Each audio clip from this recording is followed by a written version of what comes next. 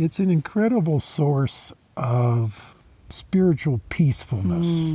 If you're just all stressed out with garbage that's going on in your life or in the intermixing with other people or whatever, you can always just get away under a dark sky, and it really settles you down.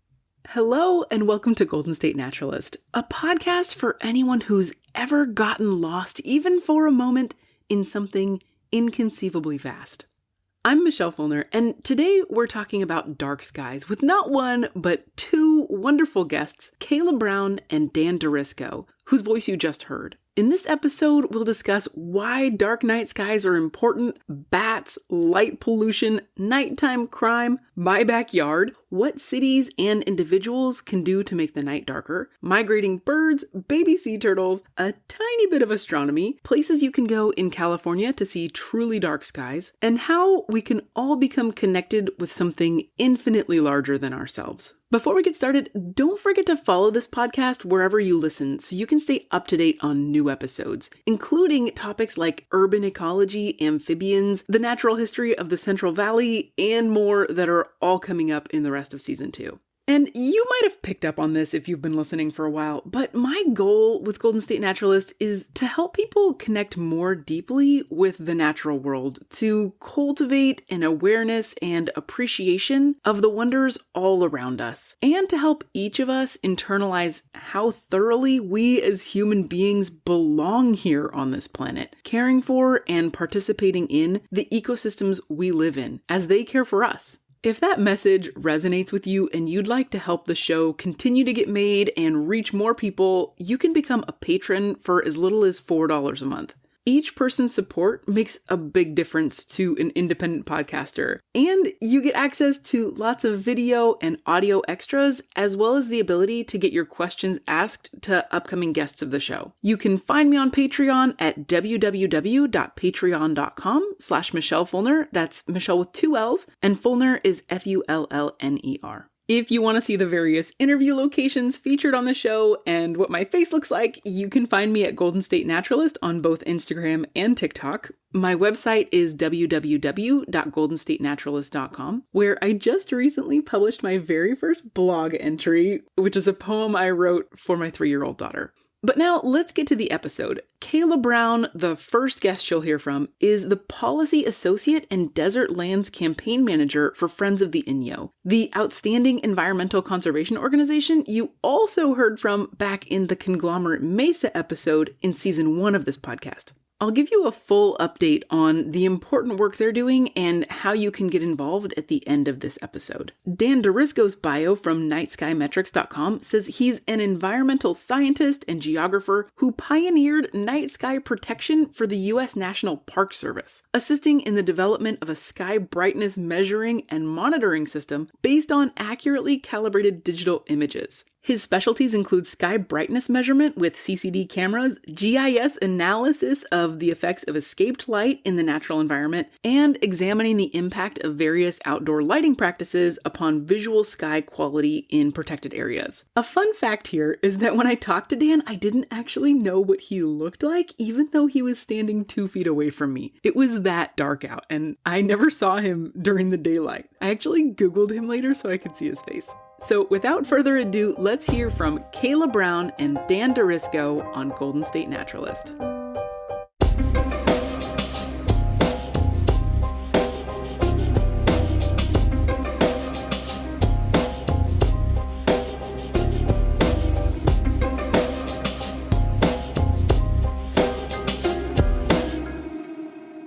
I met up with Kayla in the desert, specifically a place called Lee Flat, right along the western edge of Death Valley National Park. It was still daytime when we sat down in camping chairs in an open expanse of shin-high sagebrush dotted with much taller Joshua trees, as far as the eye could see. You can hear more about the ecology of this area in the Conglomerate Mesa episode I mentioned earlier. But the reason we brought our camping gear with us to Lee Flat that day was so that we could stay up late and look at the stars far from the nearest cities.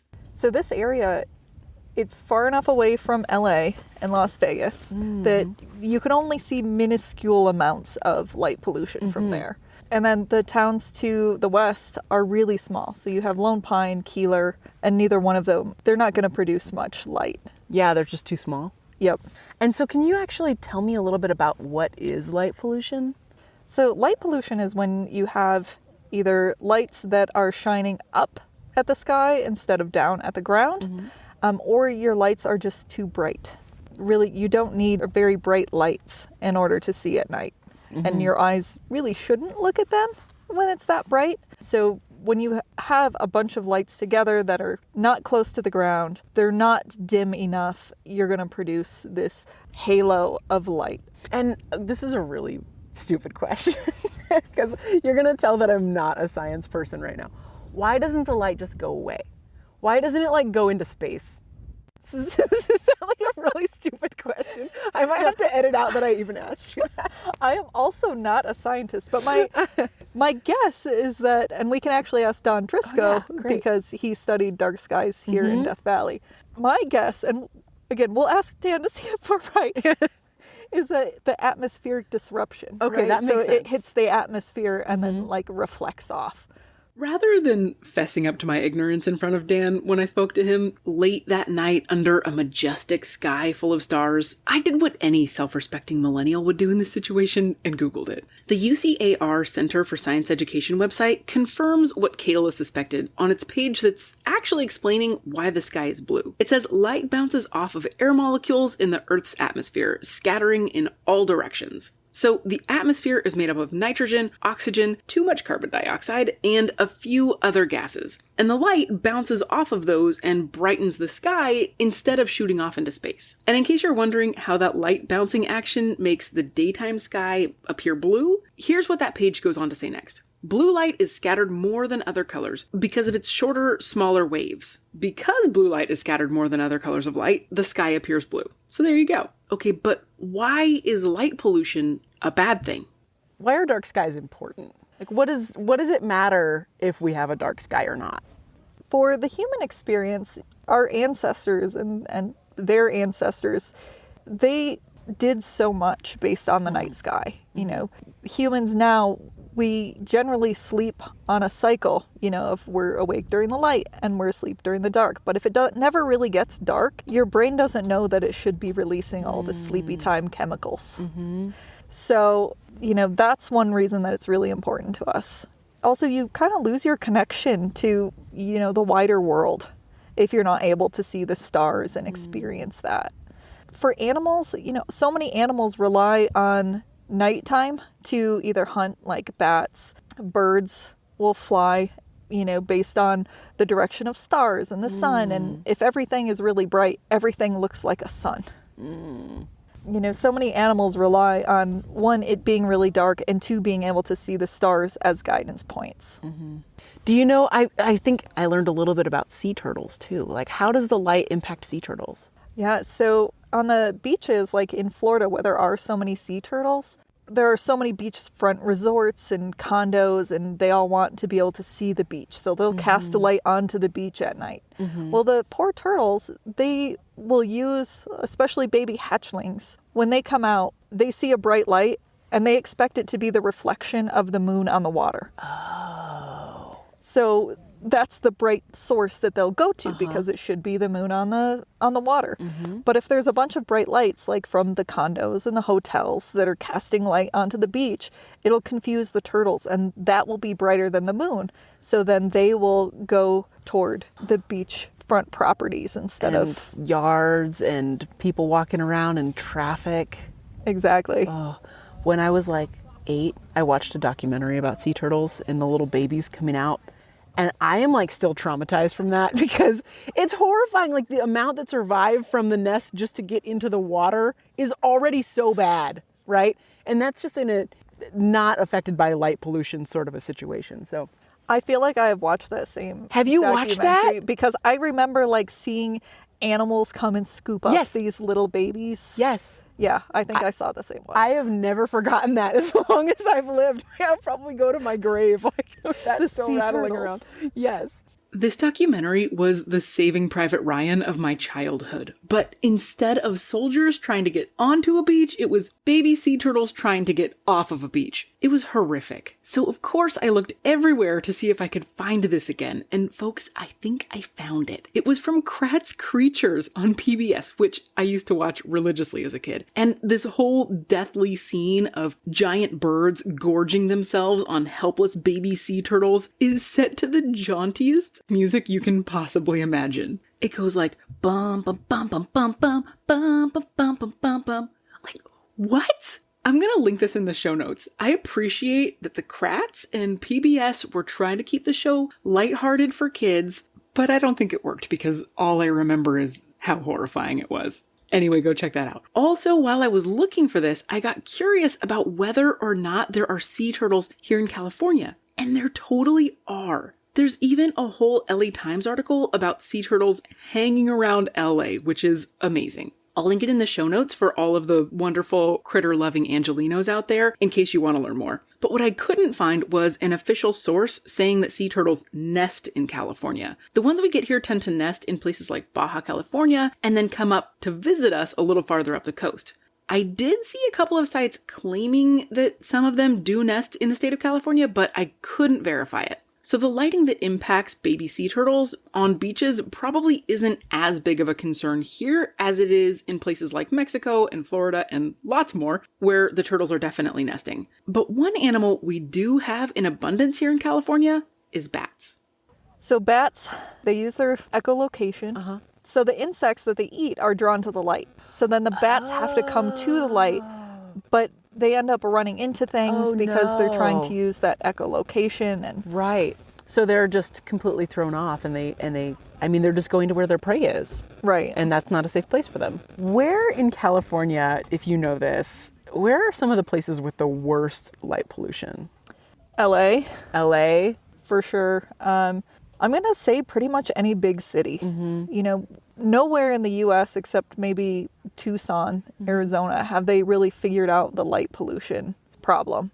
And what did they do in Tucson? So in Tucson, they started using warm lights instead of the bright blue tinted LED lights. They use them at less wattage.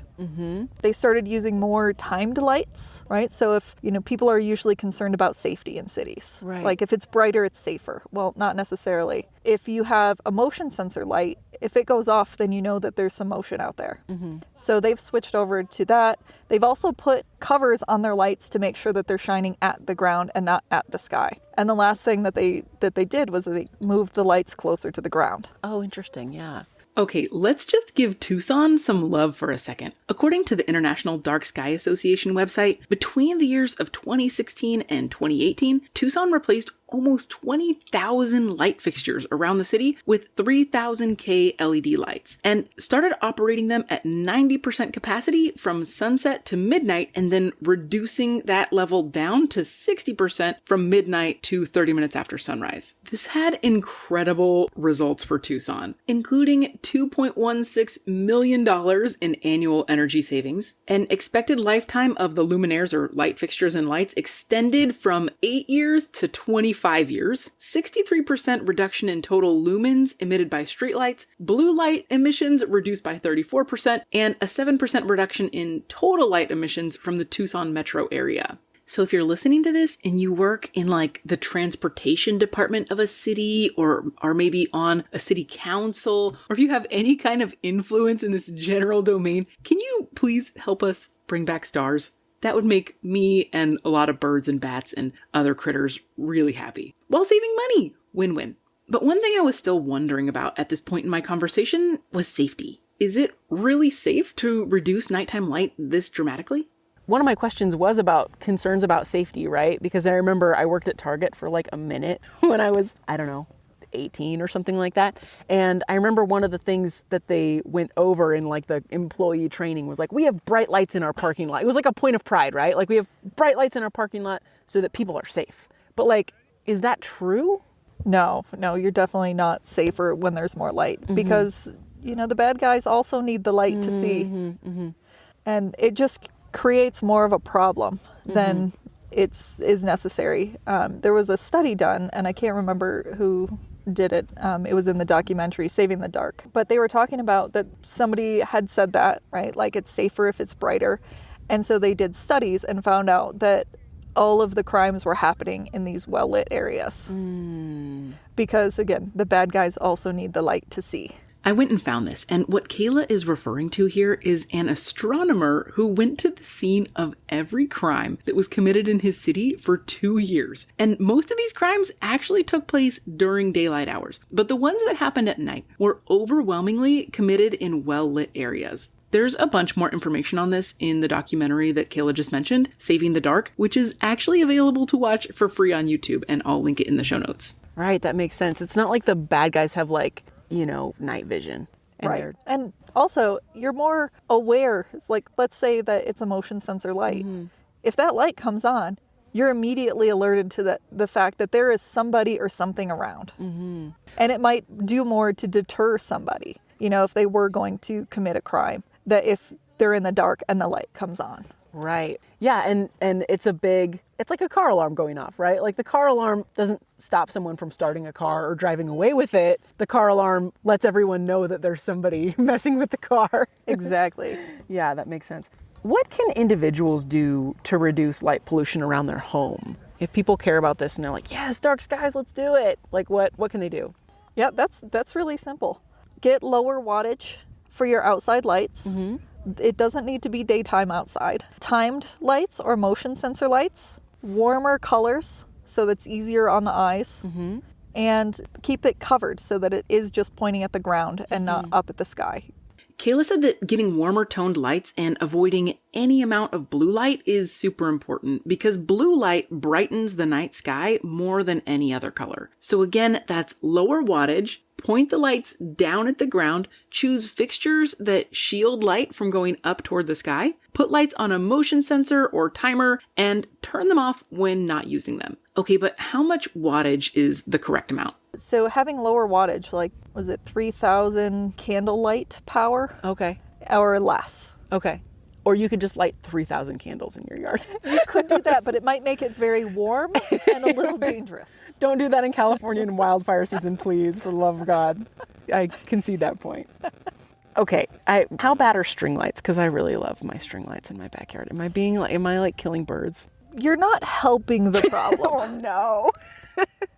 I'm assuming that your string lights are probably like pretty Just looking exposed. light bulbs. Yeah. Yeah. So you're actually lighting up more than just the area that you're sitting in. So while one individual light of strings is probably not that big of a deal, but you're definitely not helping the problem, or you're not solving the problem. You're contributing to that light pollution. Right. That's not what I wanted to hear. All right. This is my last question. It seems silly when we're talking about the night sky, but what about dark skies still just blows your mind or takes your breath away?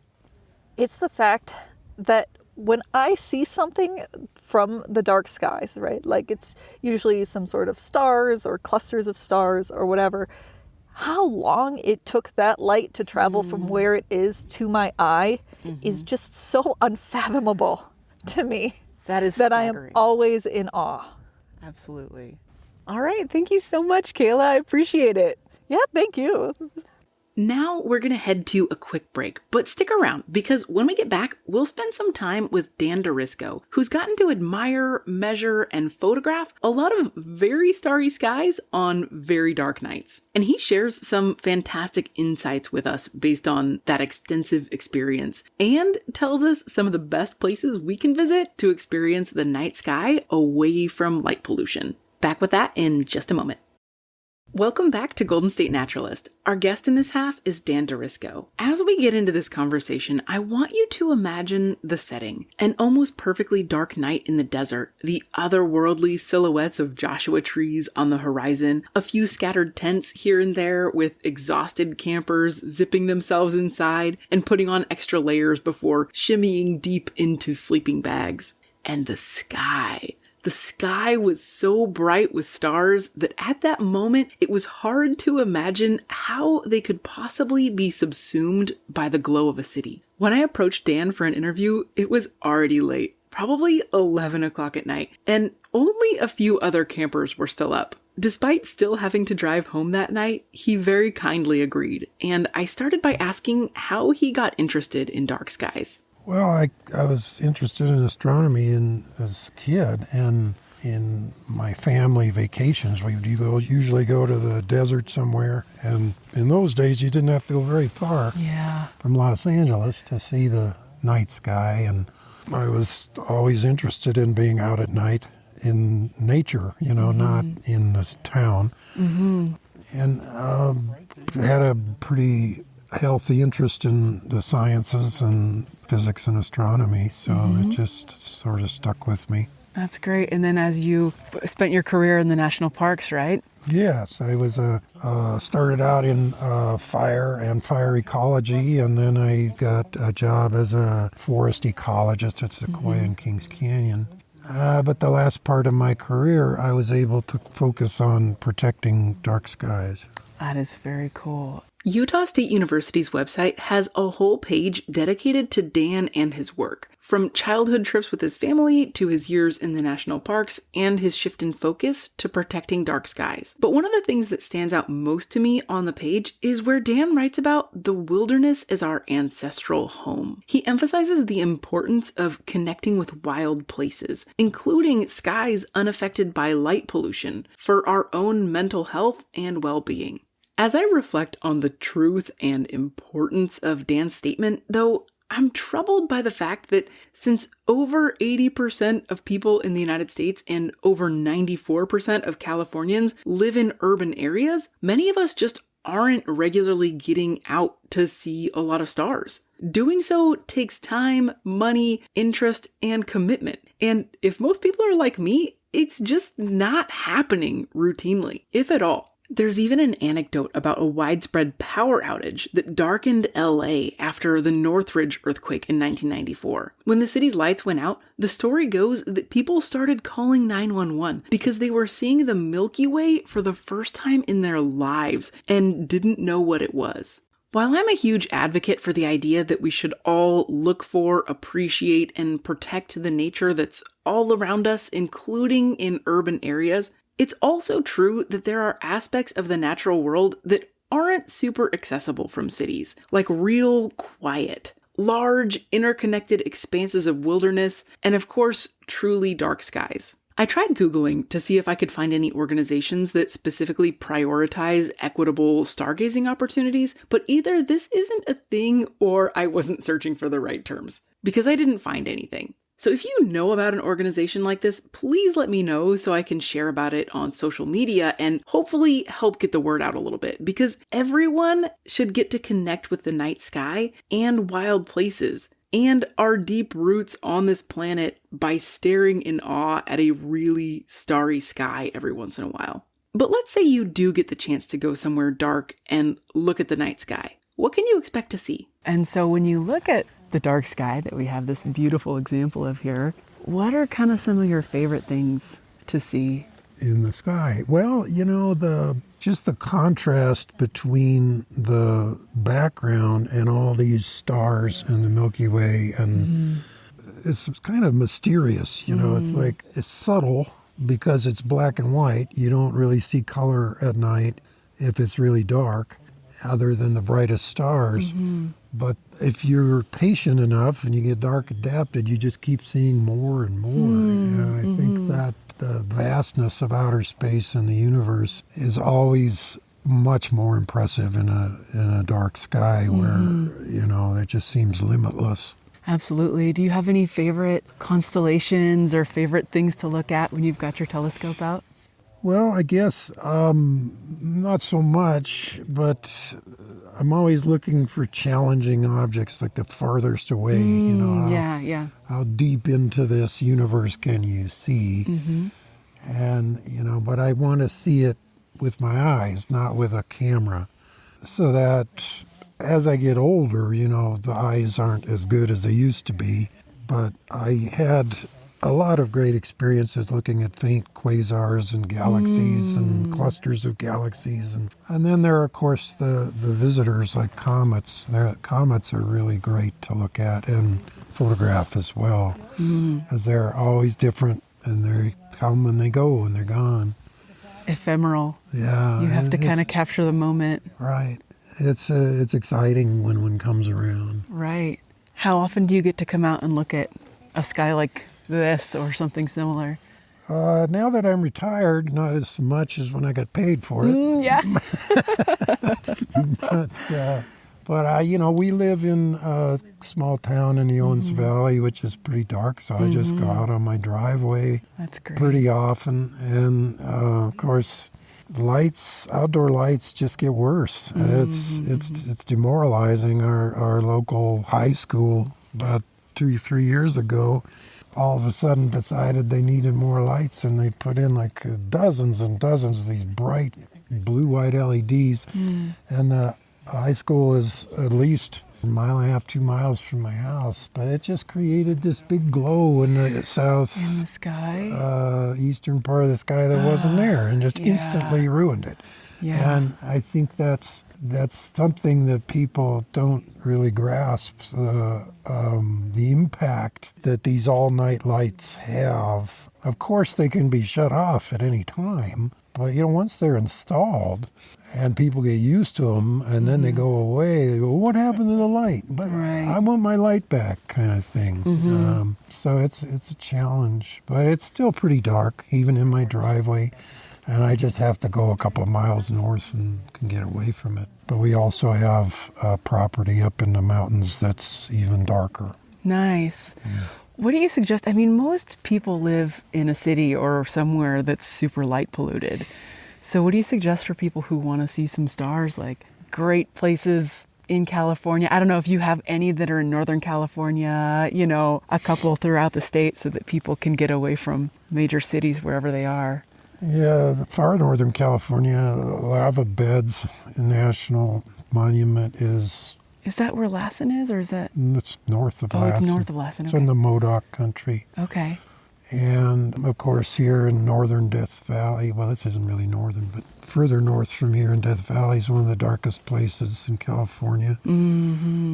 Used to be the Mojave Desert. It was still pretty good. There's a place called Hole in the Wall Campground, and it's like halfway between Las Vegas and Los Angeles. So it used to be you get out there, it was pretty damn dark. But now it's like, okay, over there's Las Vegas, and over there's Los Angeles, and you're right in the middle of the two. So write down the places Dan is mentioning here, because he knows what he's talking about. And then, while you've still got your pen in hand or your notes app open, also write down these 2 resources. One, the International Dark Sky Association website. They've got a list of dark sky places around the world that you can find by just Googling dark sky places. I'll be linking about 100 pages from this organization in today's show notes, so just check there later if you're driving right now. And the other thing to be aware of is that state and national parks, or the associations supporting them, often host events for stargazing in some really cool locations scattered across the state and the country. For example, the Calaveras Big Trees Association hosted 9 events in 2022 for stargazing, ranging from May through October, where they had big telescopes and astronomical binoculars, which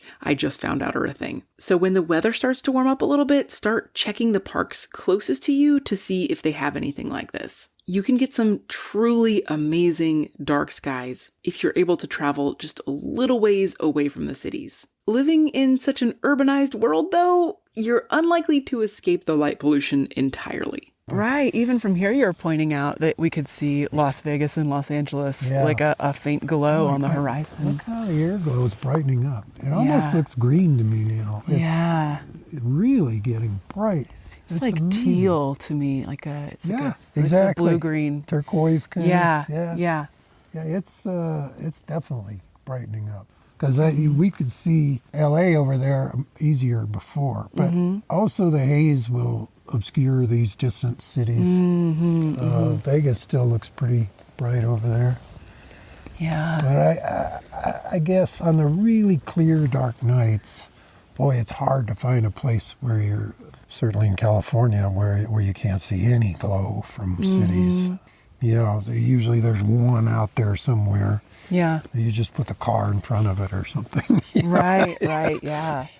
And I think too, for most of us, like at my house, in my backyard, I look up and I think I can see like 4 stars, 5 stars. Yeah. And what do you think that most of us are seeing when we're only able to see 4 or 5 stars? What stars are those, or what constellation are we looking at? Well, it would depend on the season, but in the winter, of course, there's a lot of bright stars. There's stars in Orion, Rigel, or Regal, as they call it in Germany, and Betelgeuse, and then Sirius, of course, is the brightest star in the sky. In the summer triangle, it's just coming up now, is Vega, Deneb, and Altair. So you can pretty much see those just about anywhere. Oh, those are the brightest ones there? Yeah. That enormous triangle? So an isosceles triangle. Yeah. That's beautiful. Yeah, once we get away from the lights and your eyes get adapted, you can see how bright the different towns are and the natural air glow. But that's a great thing about the backcountry of Death Valley. There's so much of it. And, a lot of it has open camping, so you can just go dry camp somewhere and you won't be around people or anything like that. And spread out nicely. But Mesquite Springs campground's pretty good. That's a good one because it's way away from anywhere, and usually it's not that busy. Nice. Is there anything that you kind of just wish that everybody knew about the night sky that you want to share? It's an incredible source of spiritual peacefulness. If you're just all stressed out with garbage that's going on in your life or in the intermixing with other people or whatever, you can always just get away under a dark sky, and it really settles you down. It's not so much that it puts you to sleep, but it makes you think about other things that are far more important, kind of like what's going on in Scorpius today or something, instead of the minutia of everyday life. And it keeps things in perspective. Yeah, and also just readjusts your frame of reference, especially today with everybody glued to their screen of their cell phone. There's a whole world and universe out there that if you don't experience it firsthand instead of through the filter of the internet or whatever, you can't make up your mind for yourself what's important. You're just taking other people's word for it. That's true, yeah. And that's true of any kind of experience, whether it's hiking the Pacific Crest Trail or whatever, And it also lends itself to solitary reflection, not so much a group thing. Right, yeah, absolutely. I think it's nice for people like me who don't know about the night sky to go with somebody like you, though. You point some things out. It's pretty nice. It's if you want to get into the what's here, what's there, and then it's nice to have a guide. But you can find all this out for yourself too if you have the time, right, and opportunity. And that's the thing about losing the night sky in towns is the opportunity is gone, and people have to travel to do it, and that's a real tragedy. Yeah, it's a loss. And we say, the gain of all these outdoor lights is far outweighs the loss, but I don't agree. What, after all of these years of admiring night skies, what about them still just takes your breath away? Boy, just the other day, we watched the lunar eclipse, and I don't know how many total lunar eclipses I've seen, probably a dozen. But it was just something incredible about it. It was just, the moon was set against this group of stars, like a pentagon, and you could see one of them come out from behind the moon, and I just sitting there for like a half an hour watching the moon in eclipse. It was just a great experience. And sure, you can take a picture of it. It freezes a moment in time, but just the whole process of the eclipse and where our Earth is and the moon is and where I am and all this and blah, blah, blah. It just is very, like I said, spiritually peaceful. It's not so much that it's thrilling as it's just, without it, I can't imagine what life would be. Some people can't imagine what life would be without the internet. Well, right. I know what it's like because I was born long enough ago. It's not that great. Right? I think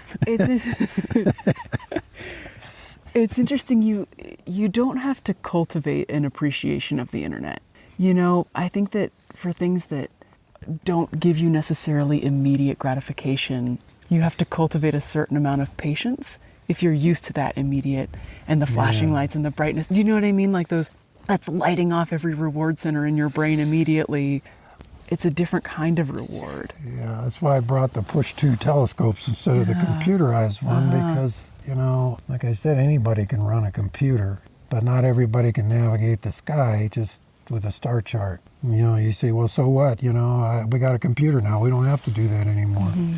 But it's different. It's like, that would be like saying I've got a machine that's going to help me find this rare plant, and I just look at my screen and follow it until I find it, instead of reading the soil and the aspect and the slope and the environment and finding it that way. Yeah, absolutely.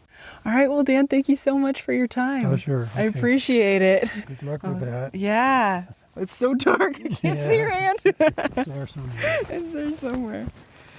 I love this moment, despite it containing one of the most difficult handshakes of my life, because to me, what Dan is describing here is having a relationship with the natural world, which connects back to his idea about the wilderness being our ancestral home. In order to survive, all of our ancestors had to intimately know the plants, animals, waterways, and topography of the places around them. They used the stars to navigate and to tell stories and to hand down spiritual traditions across generations. And it's my belief that 100 or so years of living in cities with electric lights can't compete with a couple of 100,000 years of being human without light pollution, not to mention the millions of years it took for us to become human, during which time our ancestors, when they looked at the night sky, saw a more dazzling array of stars than most of us today can imagine. I wonder if this is where conversations were born, or at least conversations about anything more abstract than which roots or berries were safe to eat. These kinds of dark, starry settings,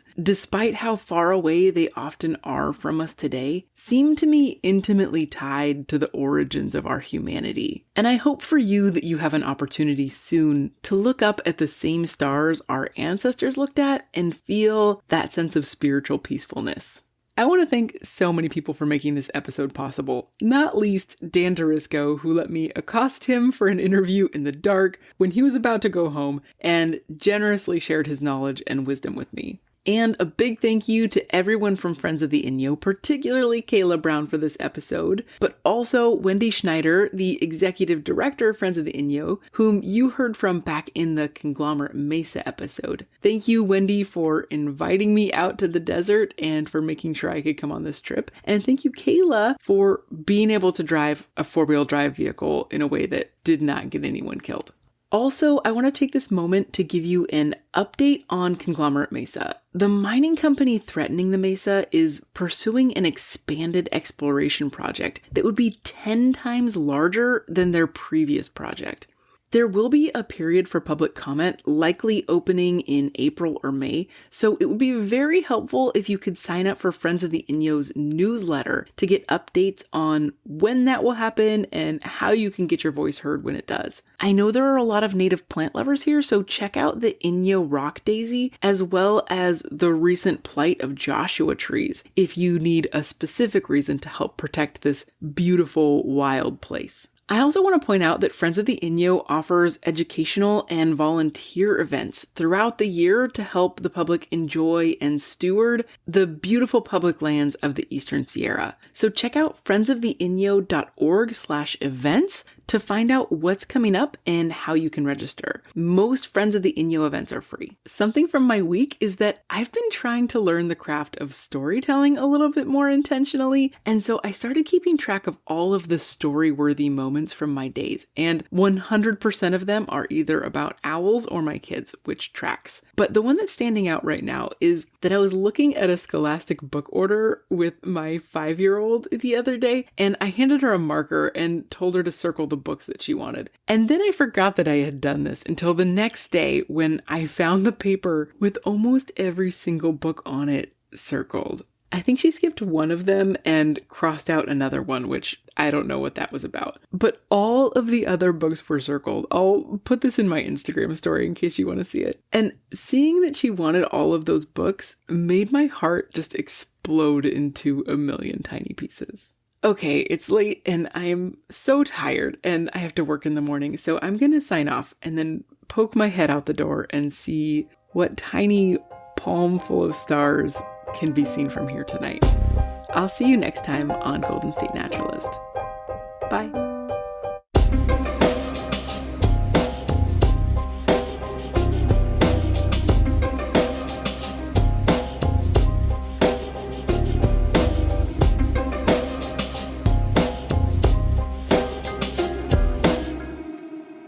The song is called I Don't Know by Grapes, and you can find a link to that song and the Creative Commons license in the show notes.